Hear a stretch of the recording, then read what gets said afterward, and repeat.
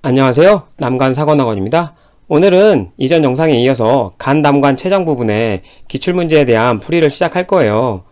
이론적으로만 배웠던 부분을 이런 문제풀이를 통해서 조금 더 다진다고 생각하시고 이 수업을 들으시면 될 것 같아요. 그럼 시작하겠습니다. 첫 번째 문제는 황달 문제예요. 황달은 보통 간에 이상이 있을 때 발생한다고 알려드렸던 거고, 그리고 간의 기능 중에 하나가 간접 빌리루빈을 직접 빌리루빈으로 바꿔준다는 거 알려드렸었거든요.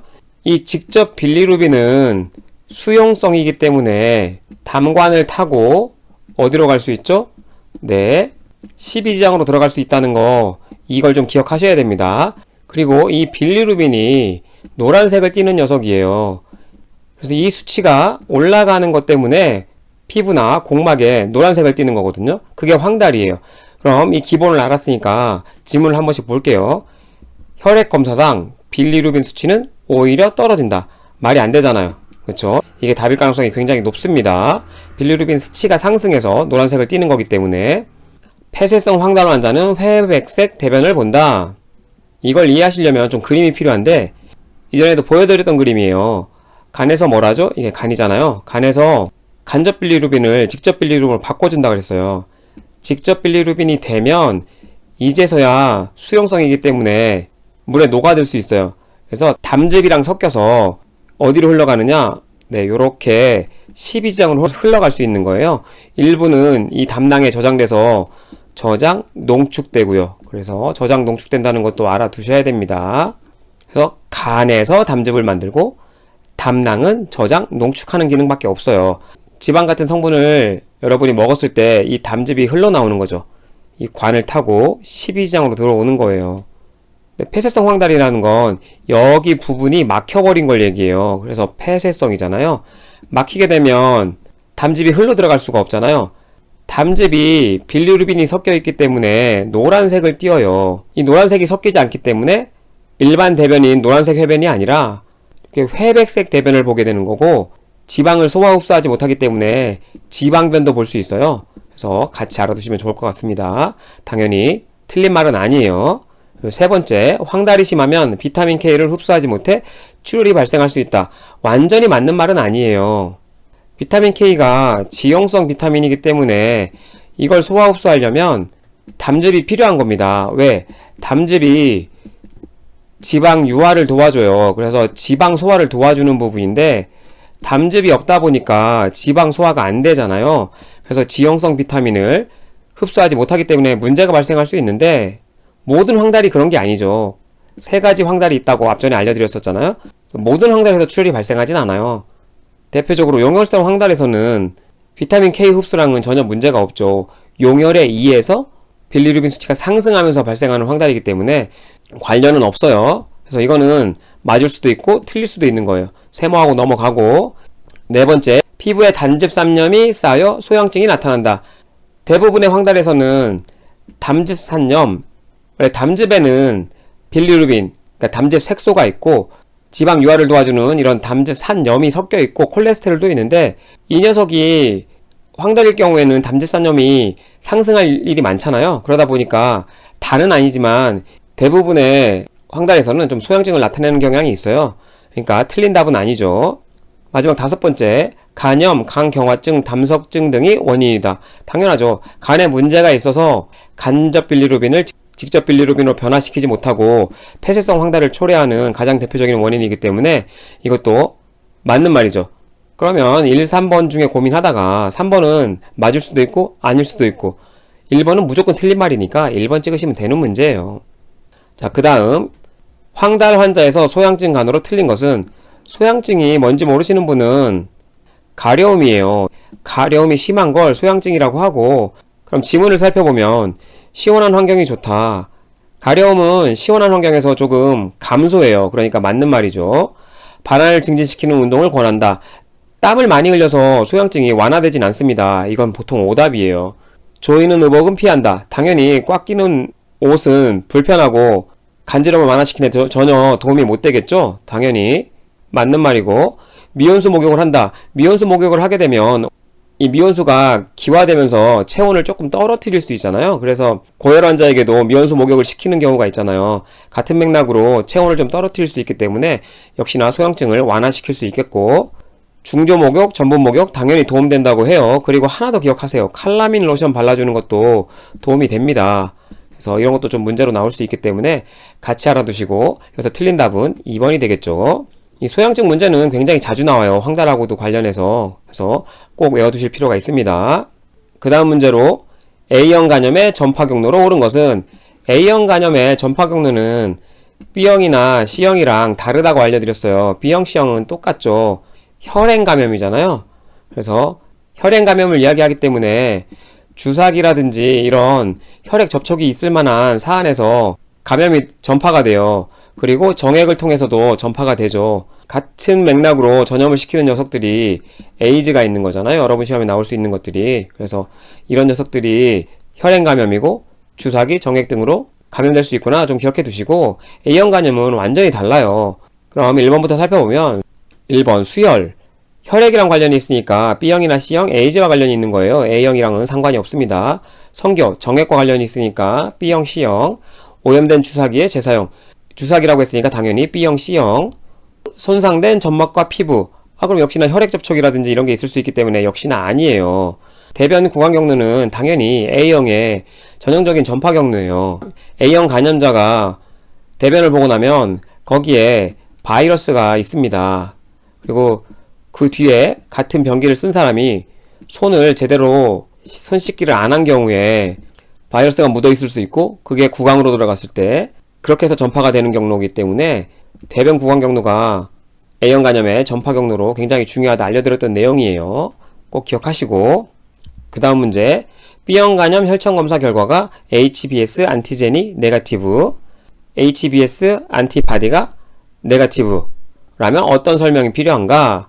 일단 HBS는 어렵게 생각하지 마시고 앞에 이런 게 있다면 B형 간염에 대한 얘기라고만 생각하시면 돼요.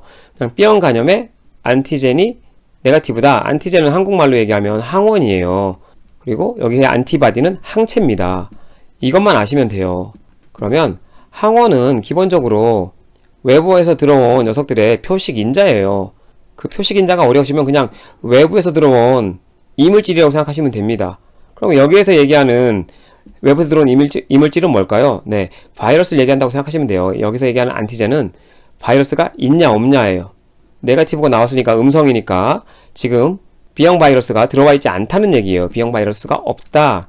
항체는 말 그대로 이 항원에 대한 항체를 가지고 있냐 없냐를 보는 거기 때문에 음성이라고 나왔기 때문에 항체 역시 없는 거예요. 그러면 들어온 바이러스도 없고 항체도 없다.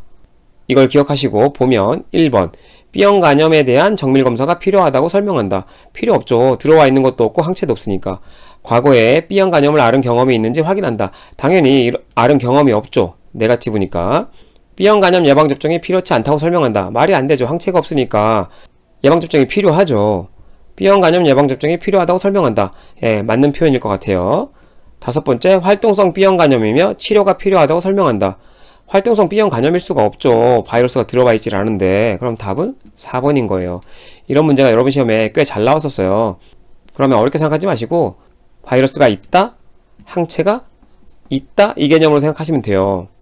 그래서 만약에 HBS 안티젠이 파지티브다. 그럼 바이러스가 있다는 거니까 이걸 좀 기반으로 문제 풀어주시면 됩니다. 만약에 다른 문제를 낸다고 하면 안티젠은 네거티브, 안티바디는 파지티브. 그런 경우에는 답이 3번이 되는 거예요. 이걸 잘 기억하시면 됩니다. 여러분 시험에 안티젠, 안티바디 가지고 어떤 상황인지를 설명하고 여러분이 그 상황을 이해해야 되는 문제가 나오기 때문에 이것만 기억하시면 돼요.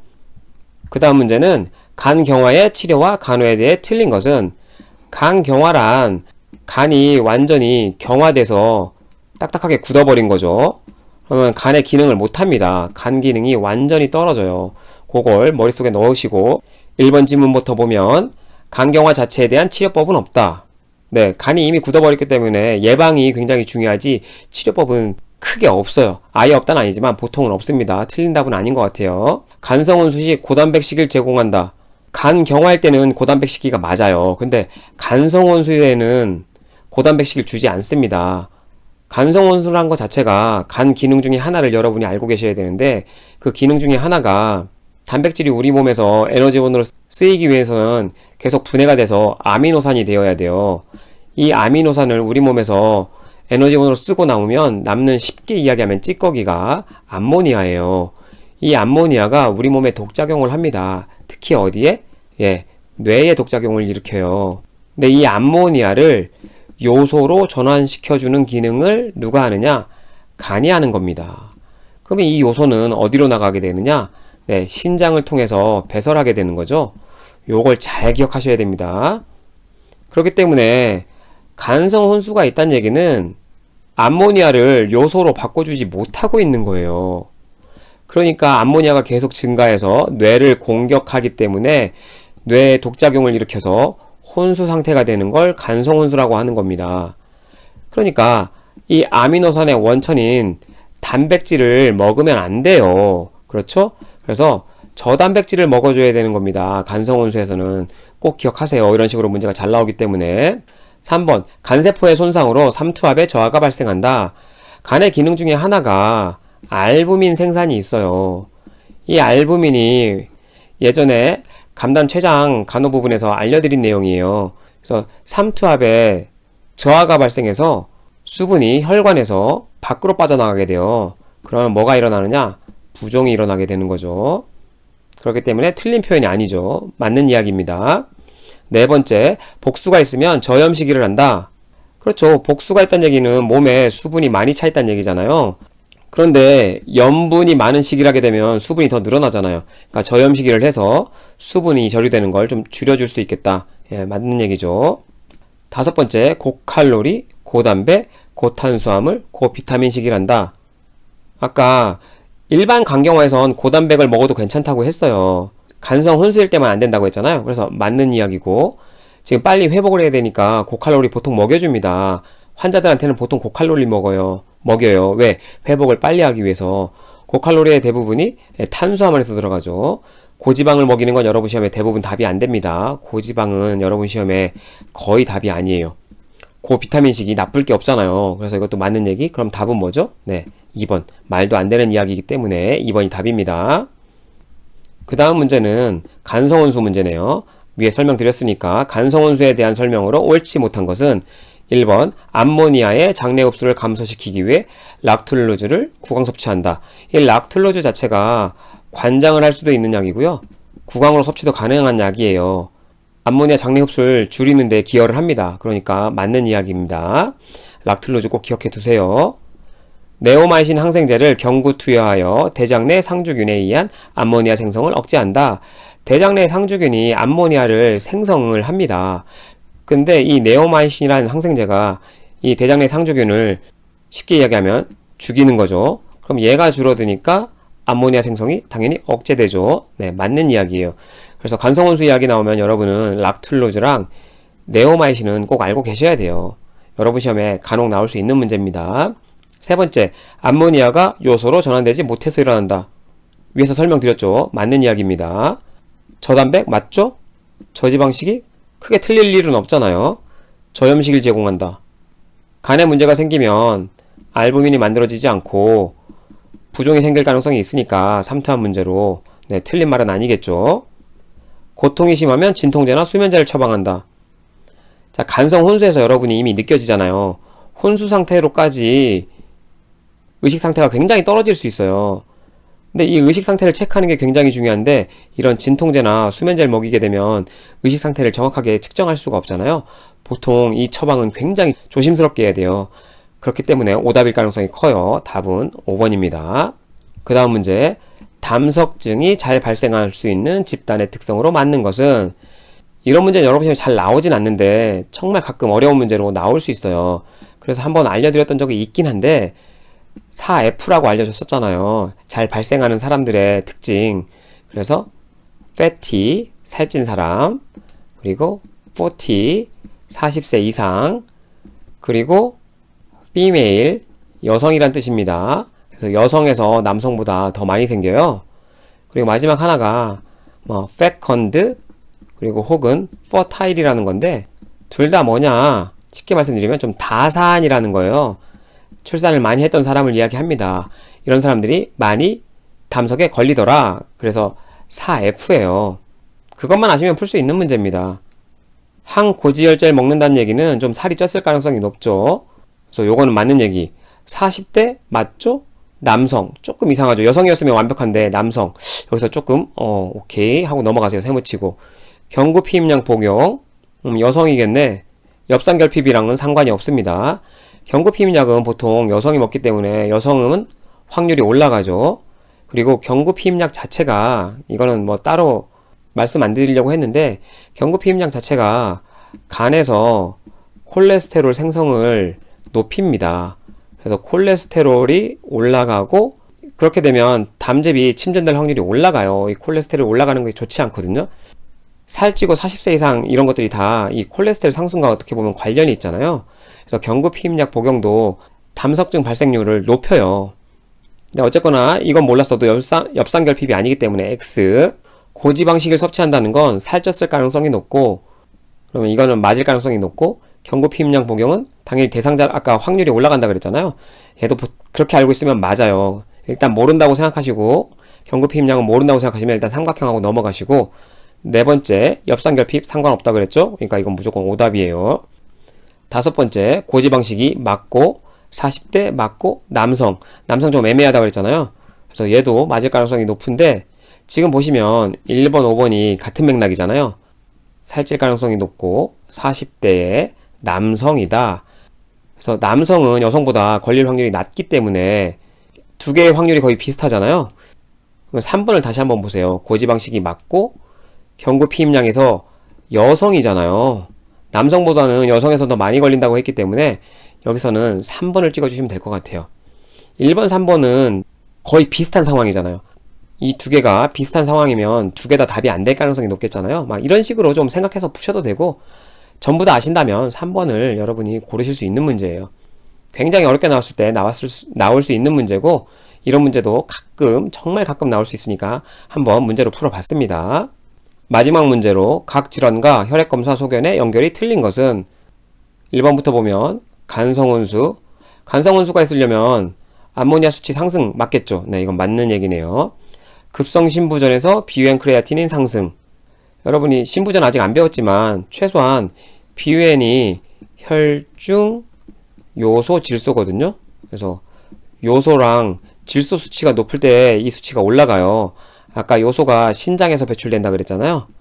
그래서 신장이 상태가 안 좋으면 이 수치가 올라갈 수밖에 없습니다. 크레아티닌도 신장에서 걸러지는 노폐물 중에 하나예요. 그래서 보통 신부전이 안 좋으면 이 둘 다 상승합니다. 모르셨으면 일단 세모하고 넘어가겠지만 일단은 맞는 이야기지만 여러분은 세모하고 넘어가세요. 세 번째 황달, 헤모글로빈 상승. 황달에선 빌리루빈이 상승한다고 알려드렸잖아요. 그러면 헤모글로빈이랑 상관이 없잖아요. 이게 답일 가능성이 굉장히 높겠네요. 틀린 말이잖아요. 그쵸? 네 번째 급성 간염, OTPT 상승. OTPT는 SGOT, SGPT의 줄임말입니다. 그래서 간염일 때는 이런 수치가 올라가요. 맞는 이야기고요. 췌장염일 때는 아밀라제, 리파제 상승한다? 모르실 수 있지만 네, 이거 역시 맞는 이야기예요. 다른 거 모르더라도 황달에서 빌리루빈이 상승한다는 것만 알고 계시면 풀 수 있는 어떻게 보면 쉬운 문제예요. 추가적으로 뭐 이런 내용도 알아주면 좋고 급성신부전에 비유엔 크레아틴이 올라간다는 건 무조건 좀 알아두시고요. 그리고 기본적으로 간염에서 OTPT 상승한다는 것도 어떻게 보면 가장 기본 베이스거든요. 이 정도까지는 좀 기억해 두실 필요가 있다 알려드리면서 오늘 수업은 여기까지 하고 마치겠습니다. 감사합니다.